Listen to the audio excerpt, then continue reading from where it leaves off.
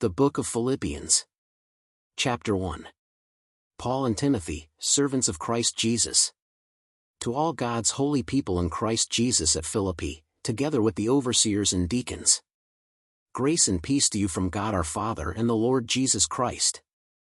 I thank my God every time I remember you. In all my prayers for all of you, I always pray with joy because of your partnership in the gospel from the first day until now, being confident of this, that he who began a good work in you will carry it on to completion until the day of Christ Jesus. It is right for me to feel this way about all of you, since I have you in my heart and, whether I am in chains or defending and confirming the gospel, all of you share in God's grace with me. God can testify how I long for all of you with the affection of Christ Jesus. And this is my prayer, that your love may abound more and more in knowledge and depth of insight, so that you may be able to discern what is best and may be pure and blameless for the day of Christ, filled with the fruit of righteousness that comes through Jesus Christ, to the glory and praise of God. Now I want you to know, brothers and sisters, that what has happened to me has actually served to advance the gospel. As a result, it has become clear throughout the whole palace guard and to everyone else that I am in chains for Christ. And because of my chains, most of the brothers and sisters have become confident in the Lord and dare all the more to proclaim the gospel without fear. It is true that some preach Christ out of envy and rivalry, but others out of goodwill. The latter do so out of love, knowing that I am put here for the defense of the gospel. The former preach Christ out of selfish ambition, not sincerely, supposing that they can stir up trouble for me while I am in chains. But what does it matter? The important thing is that in every way, whether from false motives or true, Christ is preached. And because of this I rejoice. Yes, and I will continue to rejoice, for I know that through your prayers and God's provision of the Spirit of Jesus Christ what has happened to me will turn out for my deliverance. I eagerly expect and hope that I will in no way be ashamed, but will have sufficient courage so that now as always Christ will be exalted in my body, whether by life or by death. For to me, to live is Christ and to die is gain. If I am to go on living in the body, this will mean fruitful labor for me. Yet what shall I choose? I do not know. I am torn between the two. I desire to depart and be with Christ, which is better by far, but it is more necessary for you that I remain in the body. Convinced of this, I know that I will remain, and I will continue with all of you for your progress and joy in the faith, so that through my being with you again your boasting in Christ Jesus will abound on account of me. Whatever happens, conduct yourselves in a manner worthy of the gospel of Christ. Then, whether I come and see you or only hear about you in my absence, I will know that you stand firm in the one Spirit, striving together as one for the faith of the gospel without being frightened in any way by those who oppose you. This is a sign to them that they will be destroyed, but that you will be saved, and that by God. For it has been granted to you on behalf of Christ not only to believe in him, but also to suffer for him, since you are going through the same struggle you saw I had, and now hear that I still have. Chapter 2. Therefore if you have any encouragement from being united with Christ, if any comfort from his love, if any common sharing in the Spirit, if any tenderness and compassion, then make my joy complete by being like-minded, having the same love, being one in spirit and of one mind. Do nothing out of selfish ambition or vain conceit. Rather, in humility value others above yourselves, not looking to your own interests but each of you to the interests of the others. In your relationships with one another, have the same mindset as Christ Jesus, who, being in very nature God, did not consider equality with God something to be used to his own advantage. Rather, he made himself nothing, by taking the very nature of a servant, being made in human likeness, and being found in appearance as a man, he humbled himself by becoming obedient to death, even death on a cross. Therefore God exalted him to the highest place, and gave him the name that is above every name, that at the name of Jesus every knee should bow, in heaven and on earth and under the earth, and every tongue acknowledge that Jesus Christ is Lord, to the glory of God the Father. Therefore, my dear friends, as you have always obeyed, not only in my presence, but now much more in my absence, continue to work out your salvation with fear and trembling, for it is God who works in you to will and to act in order to fulfill his good purpose. Do everything without grumbling or arguing, so that you may become blameless and pure, children of God without fault in a warped and crooked generation, then you will shine among them like stars in the sky as you hold firmly to the word of life. And then I will be able to boast on the day of Christ that I did not run or labor in vain. But even if I am being poured out like a drink offering on the sacrifice and service coming from your faith, I am glad and rejoice with all of you. So you too should be glad and rejoice with me.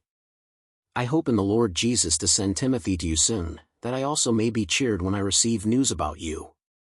I have no one else like him, who will show genuine concern for your welfare. For everyone looks out for their own interests, not those of Jesus Christ. But you know that Timothy has proved himself, because as a son with his father he has served with me in the work of the gospel. I hope, therefore, to send him as soon as I see how things go with me. And I am confident in the Lord that I myself will come soon. But I think it is necessary to send back to you Epaphroditus, my brother, co-worker and fellow soldier, who is also your messenger, whom you sent to take care of my needs. For he longs for all of you and is distressed because you heard he was ill. Indeed he was ill, and almost died. But God had mercy on him, and not on him only but also on me, to spare me sorrow upon sorrow. Therefore I am all the more eager to send him, so that when you see him again you may be glad and I may have less anxiety. So then, welcome him in the Lord with great joy, and honor people like him, because he almost died for the work of Christ. He risked his life to make up for the help you yourselves could not give me. Chapter 3. Further, my brothers and sisters, rejoice in the Lord. It is no trouble for me to write the same things to you again, and it is a safeguard for you. Watch out for those dogs, those evildoers, those mutilators of the flesh. For it is we who are the circumcision, we who serve God by his Spirit, who boast in Christ Jesus, and who put no confidence in the flesh, though I myself have reasons for such confidence. If someone else thinks they have reasons to put confidence in the flesh, I have more, circumcised on the 8th day, of the people of Israel, of the tribe of Benjamin, a Hebrew of Hebrews, in regard to the law, a Pharisee, as for zeal, persecuting the church, as for righteousness based on the law, faultless. But whatever were gains to me I now consider loss for the sake of Christ. What is more, I consider everything a loss because of the surpassing worth of knowing Christ Jesus my Lord, for whose sake I have lost all things. I consider them garbage, that I may gain Christ and be found in him, not having a righteousness of my own that comes from the law, but that which is through faith in Christ, the righteousness that comes from God on the basis of faith. I want to know Christ, yes, to know the power of his resurrection and participation in his sufferings, becoming like him in his death, and so, somehow, attaining to the resurrection from the dead. Not that I have already obtained all this, or have already arrived at my goal, but I press on to take hold of that for which Christ Jesus took hold of me. Brothers and sisters, I do not consider myself yet to have taken hold of it. But one thing I do, forgetting what is behind and straining toward what is ahead, I press on toward the goal to win the prize for which God has called me heavenward in Christ Jesus. All of us, then, who are mature should take such a view of things. And if on some point you think differently, that too God will make clear to you. Only let us live up to what we have already attained. Join together in following my example, brothers and sisters, and just as you have us as a model, keep your eyes on those who live as we do. For, as I have often told you before and now tell you again even with tears, many live as enemies of the cross of Christ. Their destiny is destruction, their God is their stomach, and their glory is in their shame. Their mind is set on earthly things. But our citizenship is in heaven. And we eagerly await a Savior from there, the Lord Jesus Christ, who, by the power that enables him to bring everything under his control, will transform our lowly bodies so that they will be like his glorious body. Chapter 4. Therefore, my brothers and sisters, you whom I love and long for, my joy and crown, stand firm in the Lord in this way, dear friends. I plead with Euodia and I plead with Syntyche to be of the same mind in the Lord.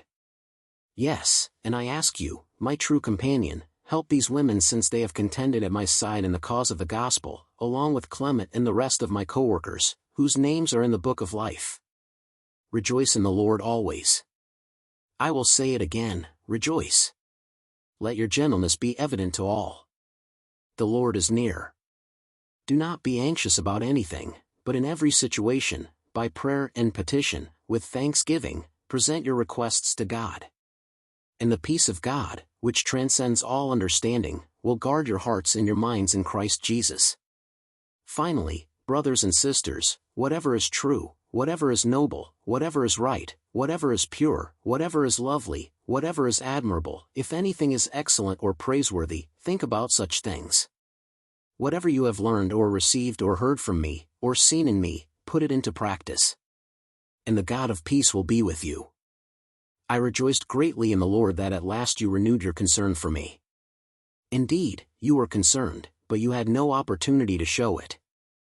I am not saying this because I am in need, for I have learned to be content whatever the circumstances.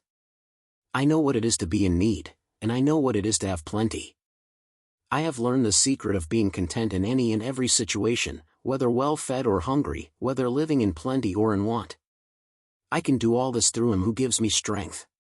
Yet it was good of you to share in my troubles.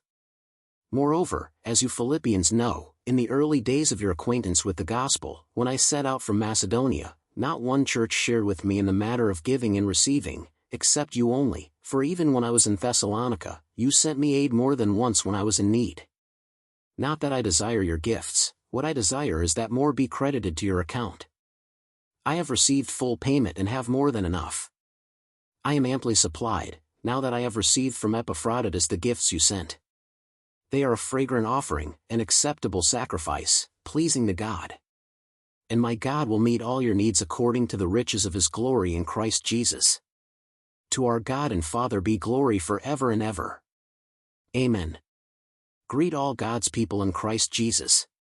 The brothers and sisters who are with me send greetings. All God's people here send you greetings, especially those who belong to Caesar's household. The grace of the Lord Jesus Christ be with your spirit. Amen.